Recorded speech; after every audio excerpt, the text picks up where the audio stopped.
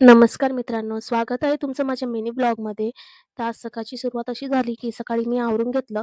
मग इकडे मी भेंडीची भाजी बनवायला घेतली. ही भेंडीची भाजी मी आज एक वेगळ्या प्रकाराने बनवणार होते.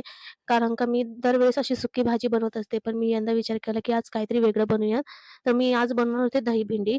काय झालं होतं, रात्री मी बिर्याणी केली होती. तर बिर्याणीची थोडीशी सॅलडसाठी दही काढून साईडला ठेवलं होतं, पण ते जास्त काही आम्ही खाल्लं नाही.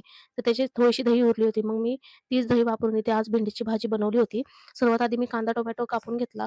अगोदर भेंडी कापून सगळं परतून घेतली मस्त हळद, मीठ टाकून. कारण का त्याचं जे कच्चंपण असतं ते सगळं निघून जातं. मग मी परत त्या कढईमध्ये थोडंसं तेल टाकून कांदा, टोमॅटो परतून घेतला. मग परत ती परतलेली भेंडी परत त्याच्यात टाकून घेतली आणि थोडं वाफेवर होऊ दिलं. मग मी एका वाटीमध्ये उरलेली दही टाकली. त्यामध्ये गरम मसाला, घरचा मसाला, काश्मीरी लाल मिरची पावडर, धने पावडर असं सगळे मसाले मिक्स करून चांगलं ते मिक्स करून घेतलं. आता मी 5 मिनिटं भाजी शिजायला ठेवली होती. तोपर्यंत हे मी बॅटर असंच ठेवून दिलेलं होतं. मग 5 मिनिटं झाल्यावर मग हे मी मिश्रण त्याच्यात टाकून दिलं आणि टाकून दिल्यानंतर मस्त अशी भेंडी 5 मिनिटानंतर रेडी झाली. माझ्या घरात प्रत्येकाच्या आवडी-निवडीनुसार मला बनवावं लागतं. तर मी ते 2 प्रकारच्या भाज्या बनवल्या होत्या.